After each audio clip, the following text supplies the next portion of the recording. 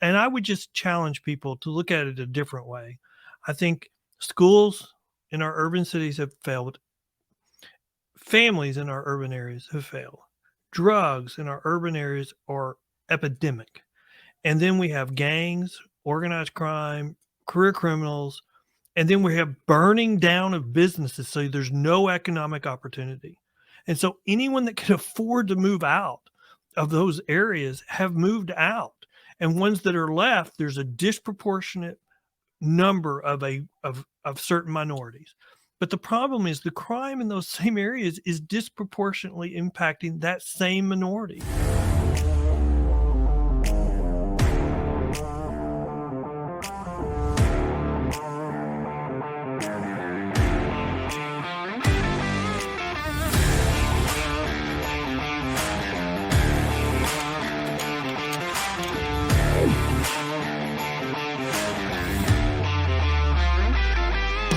Guys, today's show is presented by MyPillow, MyPillow.com. It's the absolute best place to get your Christmas shopping done.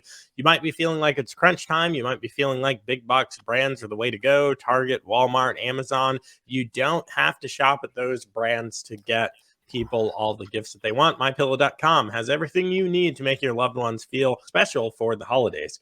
Pillows, sheets, and the most comfortable slippers you've ever worn. They've got bathrobes, they've got sweatshirts, and much, much more. MyPillow.com/Mobley for the very best deals. Use promo code Mobley at checkout. Mobley is spelled Mobley. MyPillow.com/Mobley. Go there today. We're talking with Ken Wood. Make sure you check out his website. It is pbtx.com. That's Professional Bondsmen of Texas, pbtx.com. Go there, check out what they've got going on. Ken, how are you doing? I'm doing great. Just trying to recover from the holiday. Awesome. Likewise, everyone with their varying degrees of family tolerance, which we spoke about a little bit before. But I still contend my family, they stayed for just the right time. Some of them probably listen to this. So, this could be seen as coercive. I have to say that. But no, I said it before. So, yeah, it's true. Well, I think the older we get, the more we think about these times with family. And so I'm very envious of your time because I think I mentioned to you sometimes, I wouldn't think the right amount of time for some of my family members would be days. I would think it would be hours. Yeah. Well, we have those family members as well. And I didn't get to see any of them this year. So maybe next year. And actually, that's true. Next year. But so, crime is on everyone's mind. We're seeing increasing crime rates. Some of the highest crime rates for particular crimes in my lifetime. I'm mid-30s. But you're a bail attorney. So you're a lawyer who specializes in bail law. And I know we spoke about this our first interview, but I definitely want you to hit on the idea of the terminology bail reform and kind of what that really means, what some of those consequences are, and maybe reshape our expectation when we think bail reform or criminal justice reform or whatever kind of reform we need. Well, I think in the last year since we've spoken last time, I think it's become very clear that when you're talking about bail reform, I think you're really not talking about reform. You're talking about decriminalization.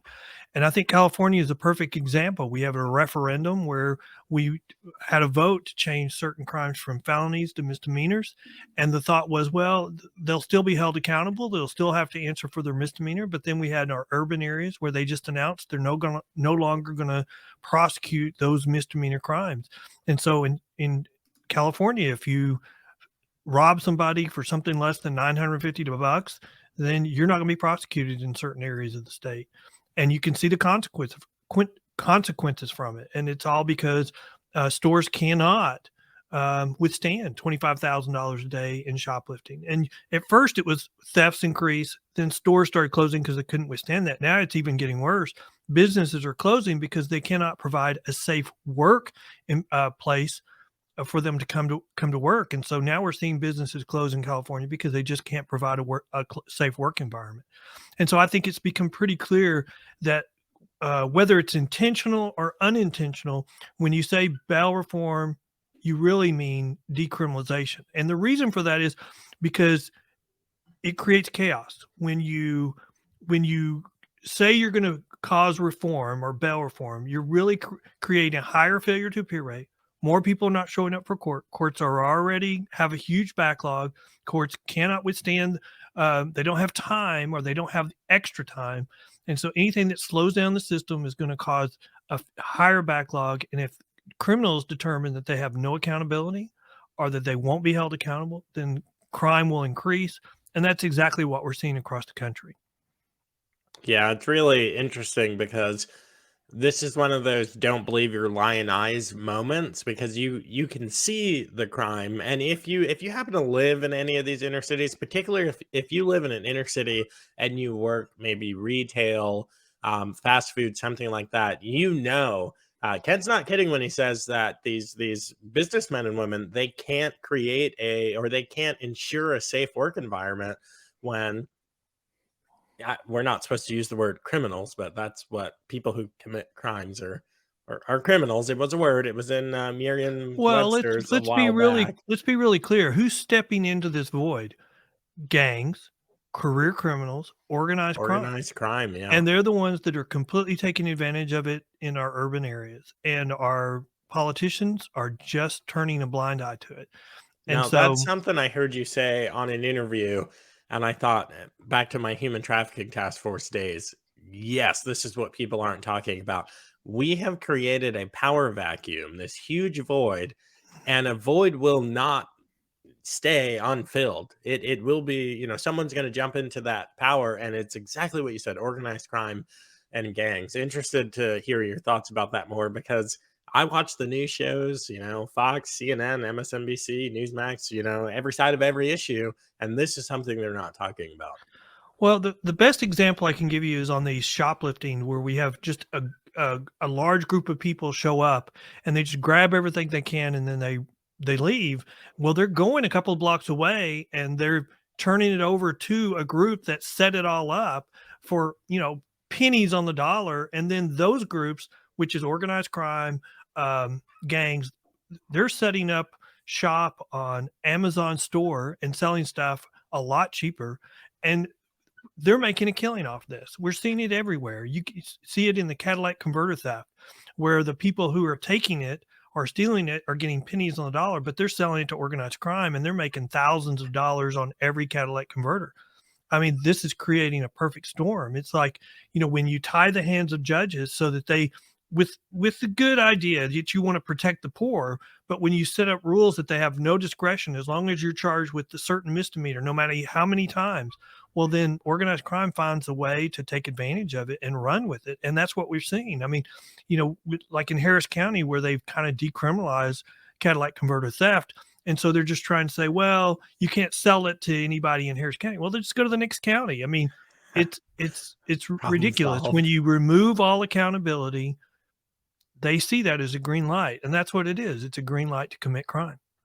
Yeah, that's a perfect example of a crime, and people either don't hear about it, don't know what's going on. If it happens to you and your catalytic converter's gone, guys, type this in the YouTube, type this in the Google, look at the results, look at the dates, and you can see with your own eyes a sharp incline on the data, on the actual videos, on the actual crime stats. You're not going to see a lot of reporting on it, again, because mainstream media is not going to report on it for whatever reason, but we're seeing crime across the board rise. Violent crime, but also petty theft. We've all seen those videos of people going and emptying out Apple stores, and Apple, they had that big thing where they were displaying on all the devices, hey, this is stolen, please return to whatever the address of the nearest Apple store is. But guys, this is stuff that's happening. And if we know anything, from this endless drug war, or from watching a child or a teen spiral out of control, is if we don't get some kind of bearing on this situation, it's going to get worse. And you see people, they go through this trajectory where they're stealing small items from Target. then maybe they're doing robberies, and eventually they're committing violent crimes. Not to say that anyone who stole a deck of cards as a 12-year-old is going to become a mass murderer. No, that's not the case.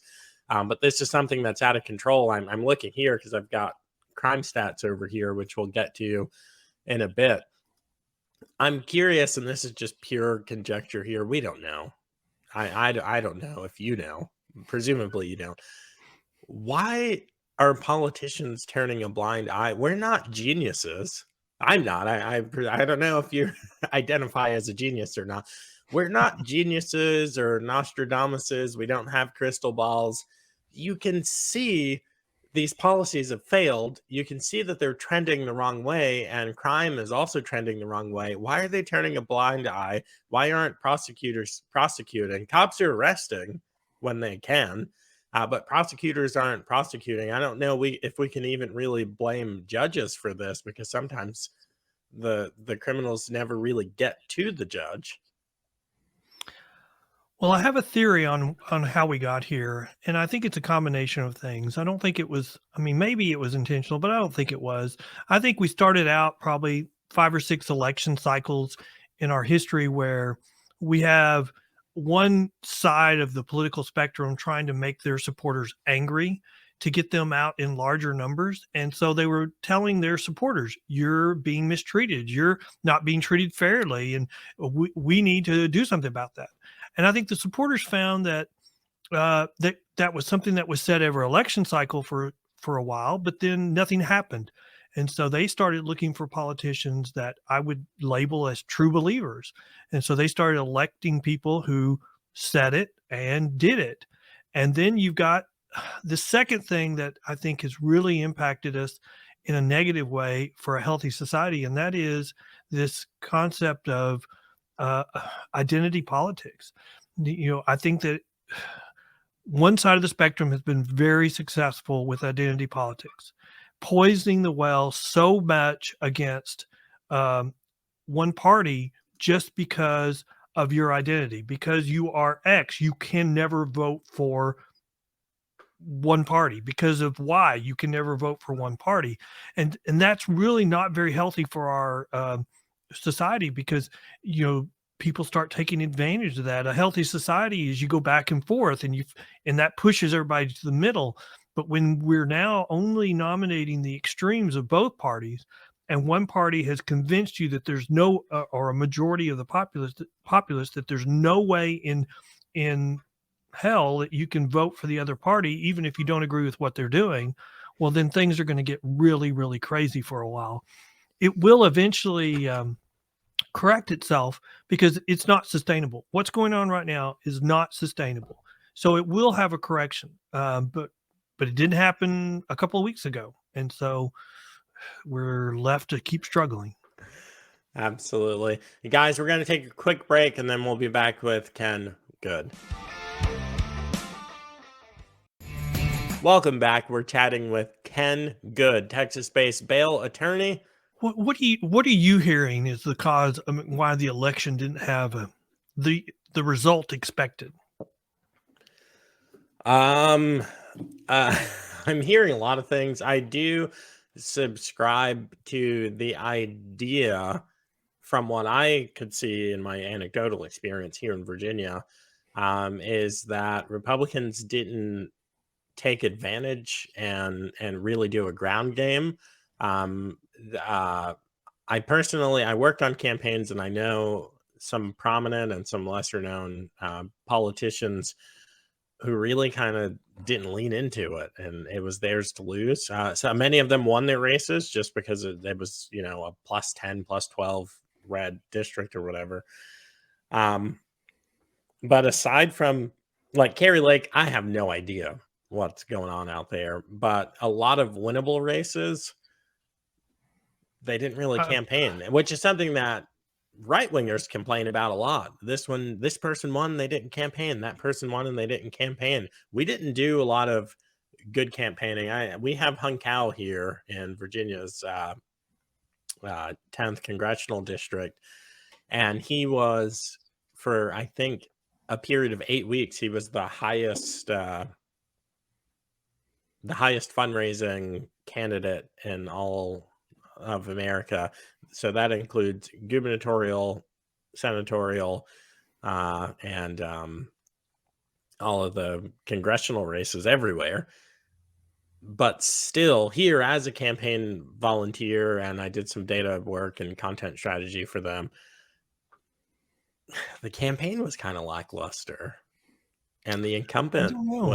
was I think this is her third term in Congress. It's like you got to bring the heat if you want to I don't unseat. really know what. I mean, I haven't decided what it is. I think there was a combination of things at the very end. I think the student loan executive order, which has been, Yeah, I think that was effective in getting it out the base. And I think that I don't know whether the ruling by the U.S. Supreme Court had an impact. Those usually do not. So I think, contrary to what we're hearing, I don't know if I believe that that had an impact.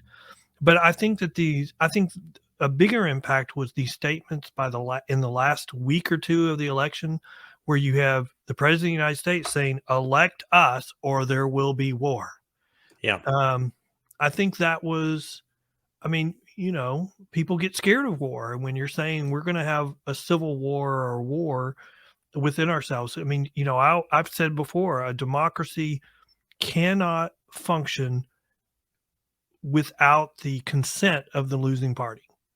And so if the losing party was going to be the Democrats and they're saying we're not going to consent, we're going to have war amongst ourselves, then that's pretty, I mean, I think that works for a little bit. I mean, that's a continuation of what the strategy I've already mentioned. It's the same thing.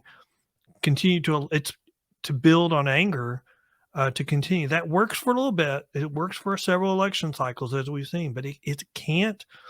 I mean, for a healthy society, that doesn't work very long without us having a civil war. And I think some people would argue we're in the middle of a civil war right now, and it's that same concept. Defund the police, or we'll have war. Um, yeah, Lessen penalties for criminals, or we'll have war. And so you've seen a lot of these reforms made as a result of those threats, and now we're seeing a pushback. And so now it's no, and so they're going to say the same thing, and so now we're going to have confrontation. It's just whether it's going to be oral or more than that. yeah. I don't disagree. I think a powerful argument data point for what you're saying is kind of what the left has in their brochure now. Like, look what we've done. Cities we've burnt down, we've occupied. Let's talk about an insurrection. They occupied sovereign territory inside the United States and declared it lawless land, which is arguably one of the craziest things I've ever seen in my life. But it And even makes it worse for the people who live there, because it oh yeah, lowers the property values of destroyed businesses, and a lot of those did not come back. I mean, if I was an elected official there, I would be standing out in front of those businesses saying, if you set fire to this, that doesn't harm anybody but your parents, your uncles, your aunts. And I'd be having other people stand there with me going, do not do this. This harms everybody. And we didn't see any of but that. they didn't touch it with a 10-foot pole. They No, they no, they pretended it didn't happen. well, and they stepped back and said, it's just property. It's insured.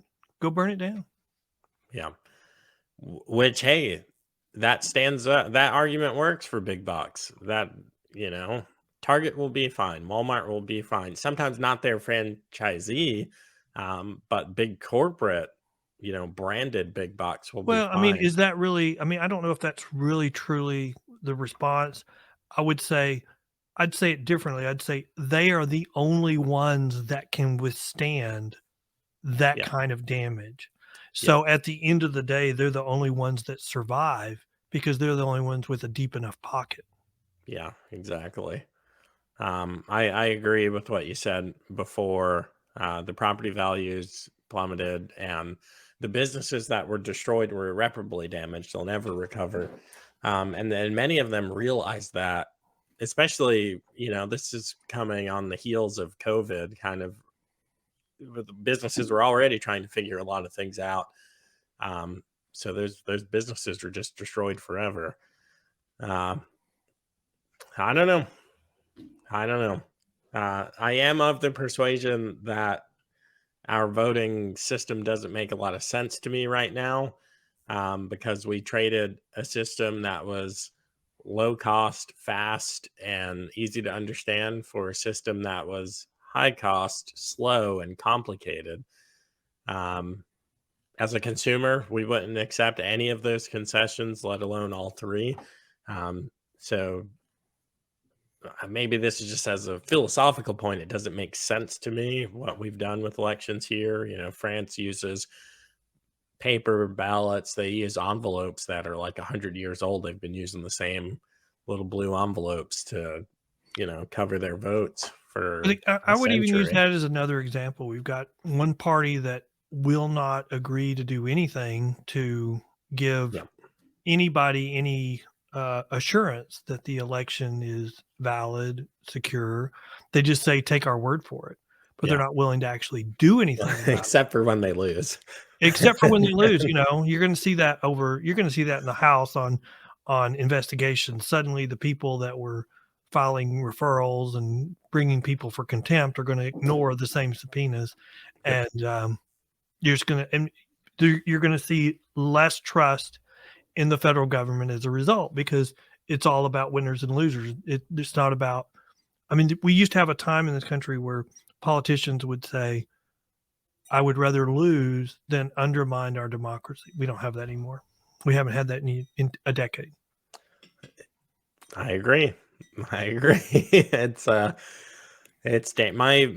first interview, it was the second one that ever aired, but it was truly the first interview I ever did, was Dr. Steve Bucci with the Heritage Foundation. And he's a retired Green Beret colonel, national security policy guy. And back then, so this is October 2020, I'm just saying, things are so bad. Like, how are you not freaking out? And he said, this isn't the first time that the nation's dealt with any of these issues. He said that he believed that the founders made so resilient a system of government that it could bounce back from a lot of the stupidity of man, and it has. And he was talking to me about the American Communist Party, the American Socialist Party, back when it was new and sexy and cool, and we had socialists and communists in high office, and when we survived it, and we survived the Cold War and all this conflict. So he's just very hopeful. And I was ping-ponging back and forth, like, this is the end of the, republic's collapsing, and these are the timelines for democracies, these are the timelines for republics, and I would go back and forth, and he really made me feel better for a good long while. But now I'm starting to feel the sensationalism of it all again. Like, things are bad. Well, I Things do are think really I bad. do think we go through cycles, and I think we went through a similar cycle in the 60s, which resulted in a backlash, and is probably one of the things that got Reagan elected. I think that it has swung so hard this time, so fast, that it's we didn't realize what's happening until we were way down the road. So it'll be, so I thought maybe we would start swinging back quicker than we are. But I think when it does, it's going to be just as hard a swing in the opposite direction, because we're just electing, the extremes of both parties. So you only have, the winners of the election, when it finally changes, will swing back very hard. And I don't think either one of those are healthy. Even, historically, we've made incremental change. And the problem with the bail reform movement is they've wanted to throw out the whole system and replace it with something which was really an experiment. It started out with, we're going to do a risk assessment, which had never been tested. It was just, the Arnold Foundation came up with it. Now it's Arnold Ventures. And that, now that it's been studied and it's been debunked, and all the largest digital companies in the world came out with a joint statement saying they shouldn't even be used, and they're still advocating. They just gave out grants for people, for counties to try them, and so they can come out and say, oh, no, they haven't been debunked. So it's ridiculous that we can't even, used to we'd agree on facts. Now we don't agree on facts because now it's alternative facts. Well, those are alternative facts. And when I went to law school, we'd say you could argue the facts, but you can never argue the law. We can't even agree on what the law is. We can't agree on anything. And and I would say the left is doing a real disservice to the public because they don't ever defend their arguments anymore. If you say something that they disagree with, they don't respond to the merits. They just call you names. They call you a liar. They call you a racist. They don't, but Yeah. they never have to respond on the merits. And that is very, that's that's harmful to them because they never learn how to defend their arguments. And I love it when we have to sit down and talk and we have a civil conversation because they can't defend their positions. Oh yeah. I got to do some visiting. Patrick Henry. I live essentially down the road from Patrick Henry College, and they've won all kinds of not litigation awards. One, they have incredibly high rates of students that go through there who move on, and their bar passage rate is like off the charts and stuff like that. But just listening to the students debate, and they draw what side of the issue they're on, live, and it's just awesome. Just seeing people that can get beyond rhetoric, but they can really think and they can really put together an argument that's sound. And it's like, oh man, this is good, even when it's not what you agree with. And the left used to come to the table and do that. They don't so much anymore. It's really annoying.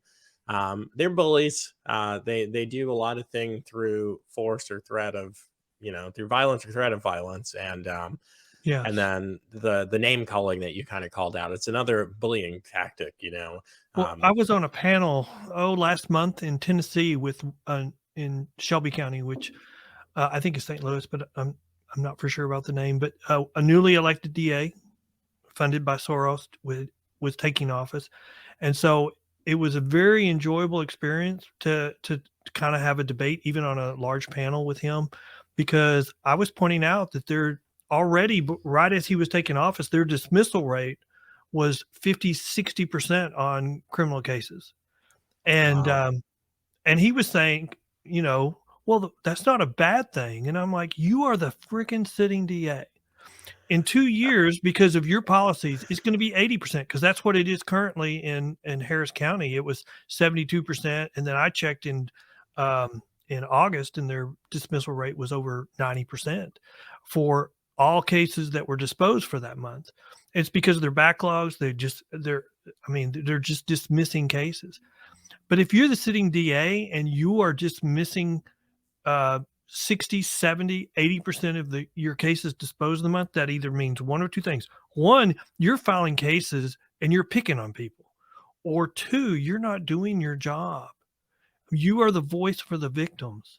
And if you are suddenly the voice of the defendant and there is no voice of the victim, well, then they have no voice. And that undermines public safety. And that's what we're seeing in our urban areas. The DA in LA really underscored it last year when his office said, well, we just have a disagreement over who the real victim is. They thought the real victim was the person accused of a crime. No, they Wow. don't. That's just their constituent. Well, that's how we got CRT. It came in through through a proposed criminal justice reform, which it's been explained to me several times. It was explained to me when I was going through the law enforcement academy here in Central Virginia many, many, many moons ago. And it didn't make sense to me then, and it still doesn't make sense to me that the idea that we need to understand why someone did something, and that speaks to the validity, the legitimacy. It speaks to everything. It's the facts of the case. It's like, no, why they did it is maybe this is harsh, but in my mind, it's irrelevant. I don't really I understand someone who's hungry, like the Aladdin scene, someone who's hungry stealing bread. Well, they're starving, they're stealing the bread to eat. Like I get it, but we can't extrapolate that to crimes like car theft. Someone who doesn't have a car and they want your car, so they open your door and punch you in the face and pull you out on the road and take up. We can't say it's because they're without. No. Just no. You go to our urban areas and you say, well, race is, we have a higher percentage of people of a certain race in our jails in our urban areas. And so this is all racial. That's all it is. It's racial. And so, and I would just challenge people to look at it a different way. I think schools in our urban cities have failed. Families in our urban areas have failed. Drugs in our urban areas are epidemic. And then we have gangs, organized crime, career criminals, and then we have burning down of businesses. So there's no economic opportunity. And so anyone that can afford to move out of those areas have moved out. And ones that are left, there's a disproportionate number of certain minorities. But the problem is the crime in those same areas is disproportionately impacting that same minority.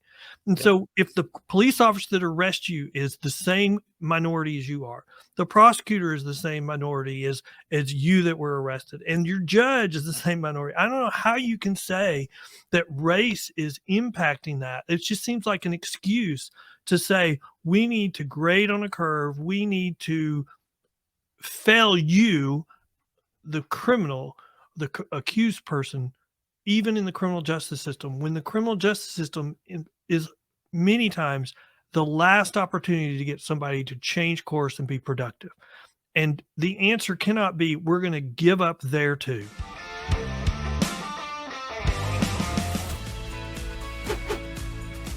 Many people know about our clinic, but most don't realize we help patients around the globe reach their health goals. Deep down, you know there's got to be a way to get there, but you don't know where to start.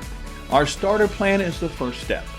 You'll get everything you need to experience a health transformation in 120 days. You'll start by resetting your health with a 2-week detox. Then you'll implement our proven anti-inflammatory food plan. On top of this, you'll get a 120-day supply of essential supplements, omega-3 and vitamin DK, as well as our homeopathic drops to accelerate your health goals. Go to Sherwood.tv now and use the promo code on your screen to receive this exclusive offer and save a total of $80. This is your path to more energy and better health.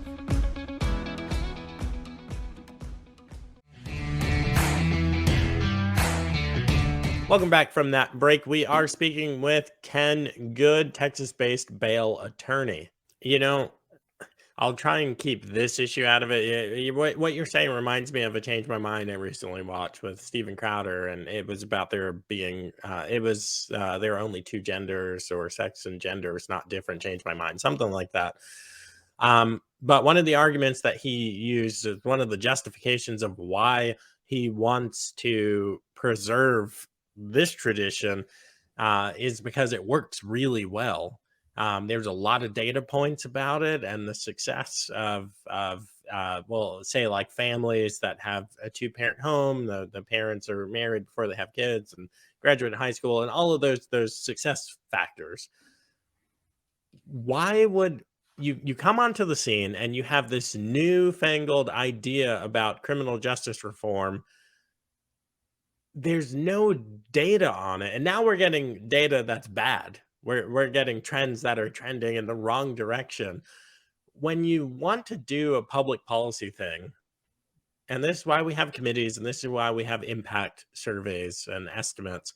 When you want to bring in some new fancy policy, you need to ground it in reality of how this policy is going to manifest in reality, because that's why engineers and factory workers don't like each other, because the engineers, they live on this paper world, and then in the factory it's reality. Something might not work that worked on paper, doesn't work in reality. So without getting into the gender stuff, hey, but that's a great example. What I say to that is, when you're looking at a new policy, you've got to take into account the unintended consequences. Yeah. And that's what we're not doing. And I think our think tanks are doing us a disservice. And some people would argue that, there's a couple of billionaires that are funding both sides of the debate. And that's why we had a few years where it looked like the left and the right think tanks on criminal justice reform were coming to the same consensus. It was like, hey, we all agree. And I don't know if that's true or not, but I think there's probably some merit that there was some influence, because we've seen influence on those types of situations for quite a while, where the funding influences the result. And I think that we've had a real disservice on not looking at unintended consequences. I think California is a perfect example. I think New York as well, where, we have well-intended, you could say these are well-intended policies where we take a felony and we discount it to a misdemeanor. They still have to answer for the crime. But then when you look at these urban areas, where are we now saying that our conservatives were tricked into agreeing to this? Is that where we are? The left tricked us into agreeing to it, and now they're decriminalizing it. That's why I say it was either intentional or unintentional, but the result is the same: decriminalization of crime. And if the public in California had been told, you're voting on whether we're going to decriminalize theft for $950 or less, the vote would have been overwhelmingly no. But that's not how it was presented to them. And you're seeing that across the country, where it's being presented as one thing. You see that in New Jersey, where they reformed the bail system. They did a constitutional amendment to give judges more discretion. The problem is the actual terminology, the constitutional amendment, the statutes that were put in place took away discretion, made it nearly impossible to hold somebody without bail.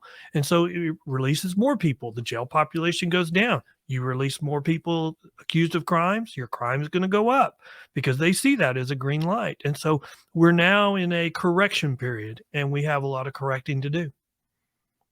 Yeah, man, we are on the same sheet of music on this one. You have to live in reality with how things are going. A lot of people don't realize this, but for my whole lifetime, almost my whole lifetime, for about a 30-year period, crime was trending in the right direction, the good direction. Violent crime was down and trending down. Other crimes, larceny, theft, these sorts of things. I haven't seen hard data on white collar crime. I would assume that it was also on the decline, but who knows? And I've got this thing in front of me, and we spoke about it before. I don't know if we spoke about it in an interview, but the Project 21's blueprint for a better deal for Black America. And these are just facts, guys. You can like it, you can not like it. In New York City, the murder rate homicides in New York City in 1990 were 2,605. And in 2018, it was 562, which is huge. And we should continue trending in that direction. But instead, you see homicides in America increased in 2019 over 2020 over 2019, the fastest rate in modern American history. And this is the second fastest rate since we started recording these crimes. This is Uniform Crime Report data from the FBI. These are your institutions, you guys on the left. These are the institutions that you champion.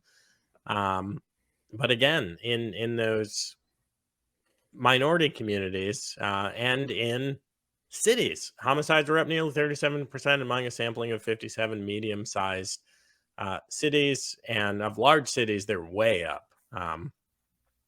Way up. We don't even need to read this, but it's between 95 and 58% increases in some of the largest cities in America, and that's 2019, 20, 21, and now 22, which is absurd.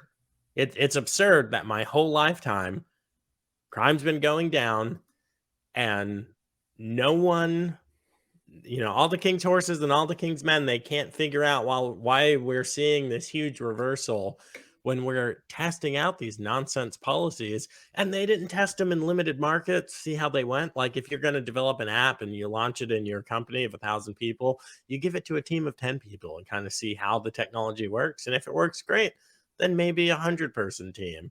And you use economies of scale. You don't just throw it out there. Hey, we've had criminal justice going. There's a common law practice of criminal justice, and let's just throw this wholly new, untested thing into the whole entire system, coast to coast, border to border. It's insane. Literally insane. I agree. It's incredible. We don't know.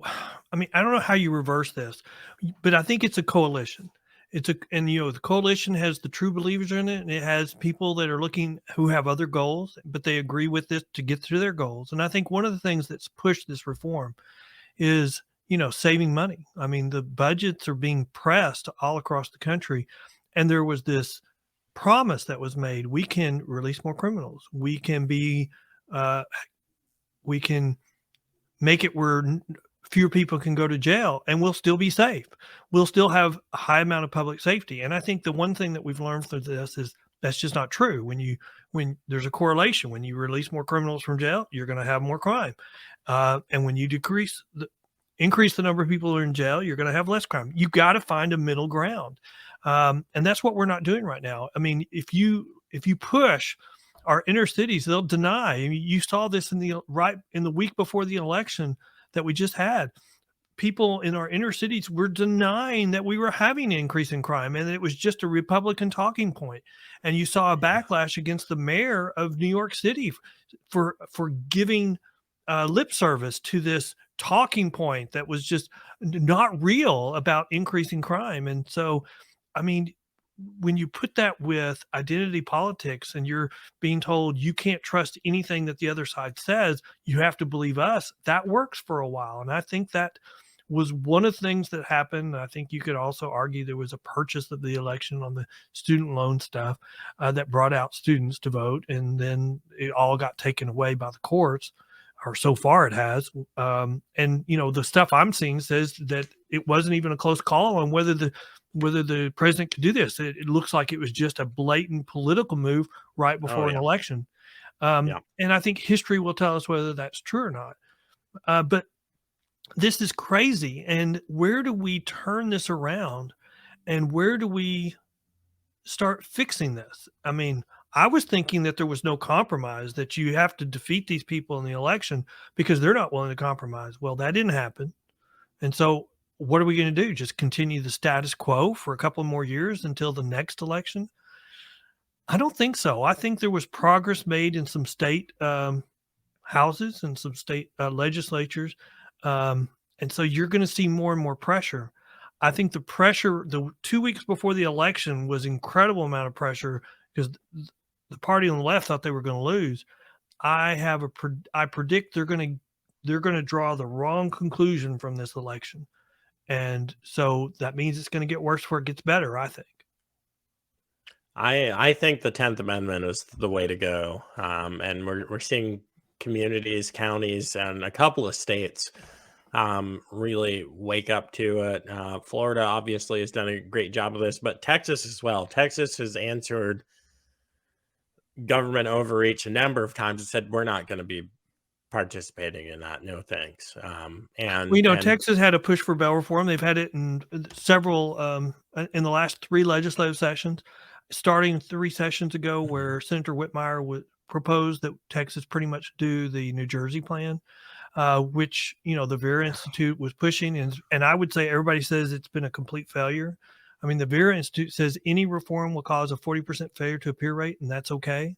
The problem is that just shows they don't know criminal justice, because a 40% failure to appear rate creates complete and utter chaos, which means decriminalization.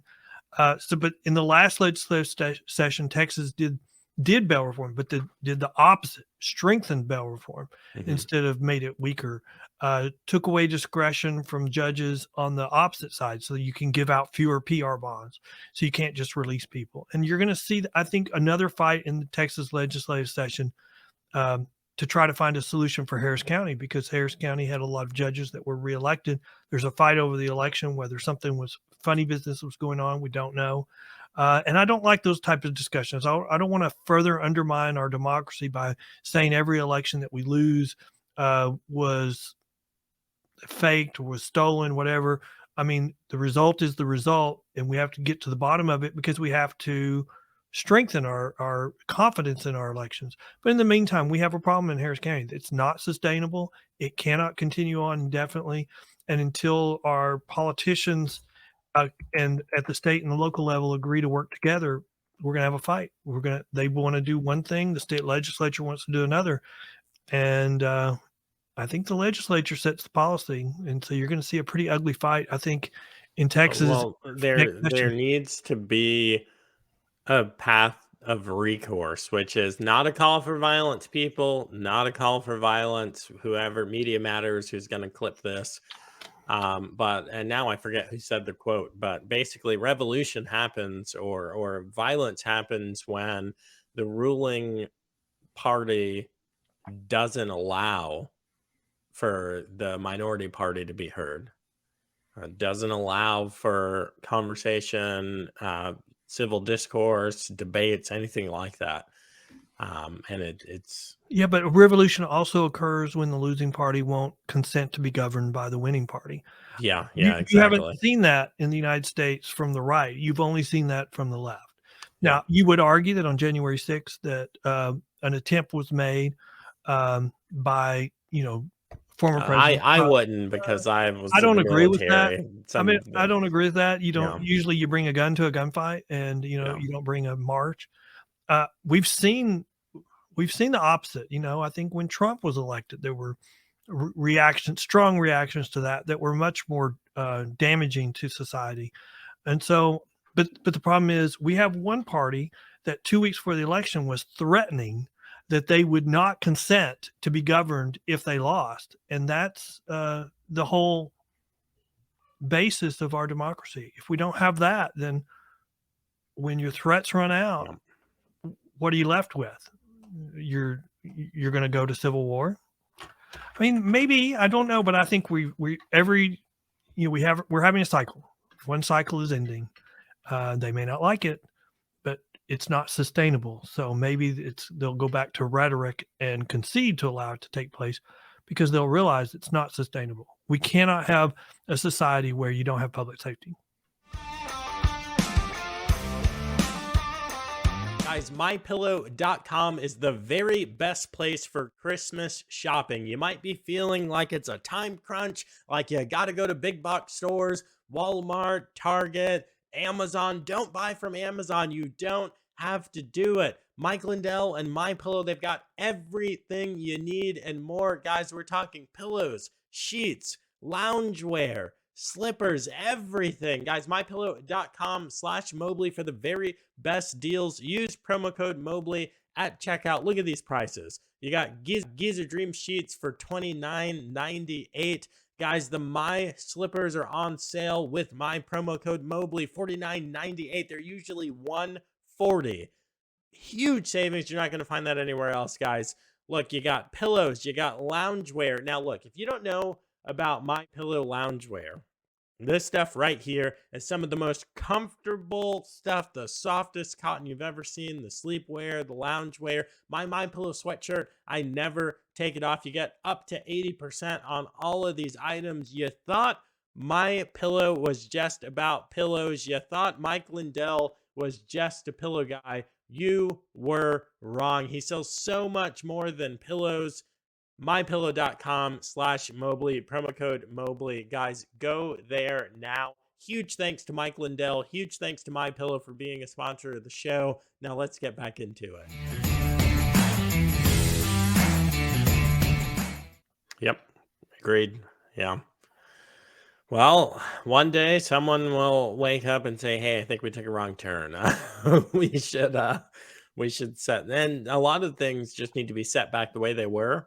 I think, I had a conversation with a gentleman named Paul Lott. He ran for Congress in Virginia. And it was interesting because one of his talking points on his campaign was that he believed that Congress ought not pass laws at a breakneck speed anymore, that they should actually take their foot off the gas because the machine is just getting larger and larger. And instead, they should maybe take on some functions of looking at the impact of the policies and the laws that have been passed and put in place, and maybe tweaking existing programs. It was really interesting. I kind of knew it was gonna. But isn't that an argument just for incremental change? Because when you have incremental change, exactly. You're building off of what a system that everybody trusts, and you're tweaking it either for the good or for the bad, but you're just making a small change. When you're throwing that's out, why we have these issues, is because we've stopped making incremental changes. We've started making broad sweeping changes. And that's what I'm saying. When you throw out the bath with the dishwater, or whatever the expression is, when you throw the whole system out and start anew with something that's never been tried, never been tested, unintended consequences have not been anticipated, well, you're going to have this humongous problem where chaos ensues. People are taking advantage of the system because you're not incrementally changing the system. But that's not fast enough in 2022 for our current society where everything happens on the blink of an eye, and we can't wait around for incremental change. I understand that, but that's not healthy for society. That's what helps to undermine our credibility. And then when you have one party that every time they lose, they blame that it's the end of the world, the sky is falling, just because they lost a case at the Supreme Court. Now we have to undermine the U.S. Supreme Court, its credibility, and we have to personally attack people, and we have to tell people to go to their homes and do stuff. Well, that undermines the whole system. Again, that's not sustainable for a healthy society. Couldn't agree more. Man, this is an excellent interview. Ken, thanks so much for coming on. I definitely want to plug, I want to hit my microphone, but I definitely want to plug your website, which I should have pulled up. It'll be in the show. It'll be right here somewhere on the screen. But tell people what you've got going on and where they can follow your work. You can visit our website at pbtx.com, which is the Professional Bondsmen of Texas. We're on Facebook. We're on Twitter. You can also, we have a blog, which is you can find on our menu. And we also have a podcast called The Bell Post, which you could go to bellpost.com, or you could also go to the link on our website as well. Guys, make sure you go and check out that website. It's pbtx.com. The link will be below. So all you got to do, wherever you see our talking heads, you just scroll down and press a button with your finger. It couldn't be easier. Ken, thanks so much for coming on. I'll have to have you back again sooner than a year. Well, thank you so much for having me. These are very important issues, and I always enjoy a very intelligent and thoughtful discussion, and I'll go anywhere I can to have those. I don't like to go where people call me names, but I have a thick skin too. Now to him who is able to do immeasurably more than all we ask or imagine, according to his power that is at work within us. To him be the glory in the church and in Christ Jesus throughout all generations, forever and ever. Amen. If that was the first prayer you've ever prayed, I hope it won't be the last. Until next time, this is The Joe Mobley Show.